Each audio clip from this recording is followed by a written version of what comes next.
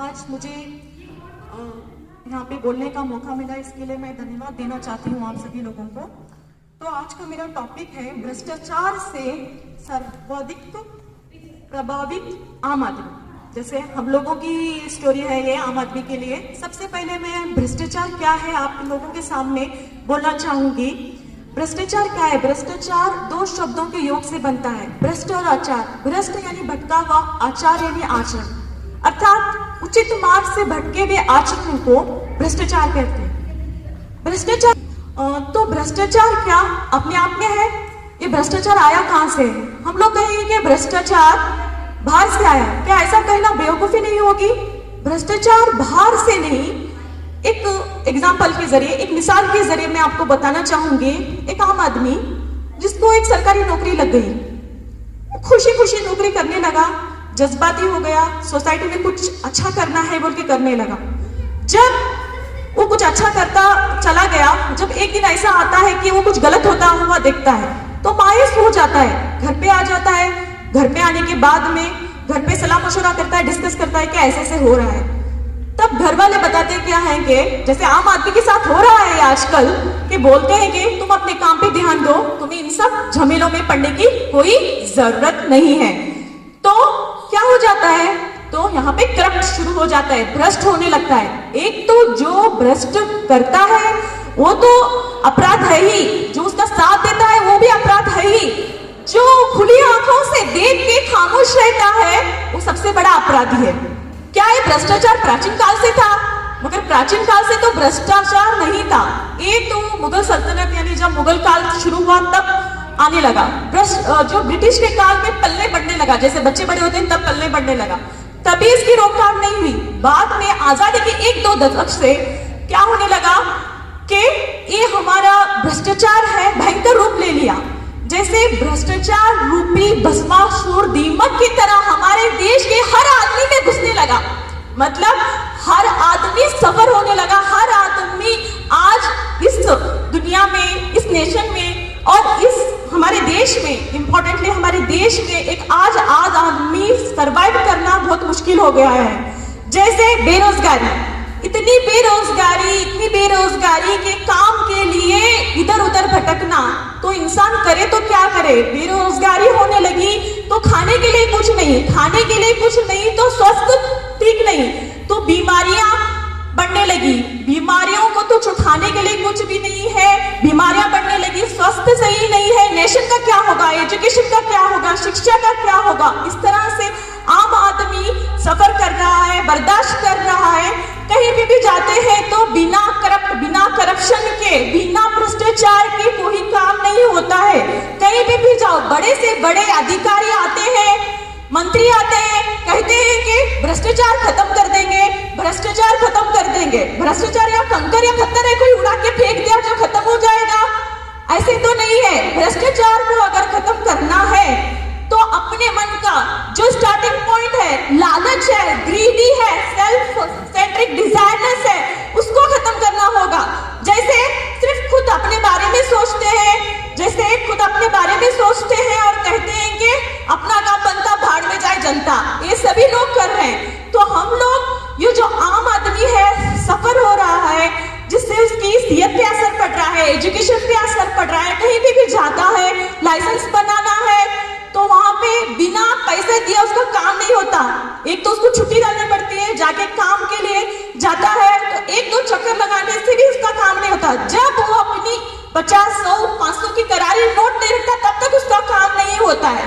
आजकल तो पहले 1 साल में ऐसे लाइसेंस वगैरह, पुलिस वेरिफिकेशन वगैरह होता था, अभी 3 साल में होता है शायद। तो ऐसा है कि हर जगह पे पैसे देना है, उनके 1000-2000 खर्चा होने तक उनका काम नहीं बनता है।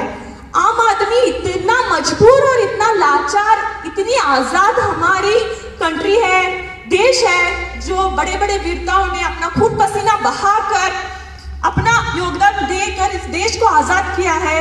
तो आम आदमी इतना सफर, इतना सब कुछ होने के बाद में आम आदमी की वजह से हमारी नेशन का इकोनॉमिक पॉइंट भी डाउन हो गया है। तो हम सब लोगों को चाहिए कि आम आदमी के बारे में सोचना चाहिए कि आम आदमी को कैसे सुविधा देनी चाहिए। जैसे अगर और एक एग्जाम्पल जाते हैं तो राशन आम आदमी को देते हैं, उसमें बहुत सारा पत्थर वगैरह कुछ कुछ मिक्स करके दिया जाता है। तो इस तरह से हर जगह भ्रष्टाचार अलग अलग वे में अलग अलग तरीके से हो रहा है। तो भ्रष्टाचार को कम करने के लिए जो आम आदमी को ही आगे बढ़ना चाहिए, उसको ही अपना जैसे वो वोट देता है, अपना नेता चुनता है, उसको क्वेश्चन करने का पूरा अधिकार है, उसको पूरी सुविधाएं मिलने का पूरा अधिकार है।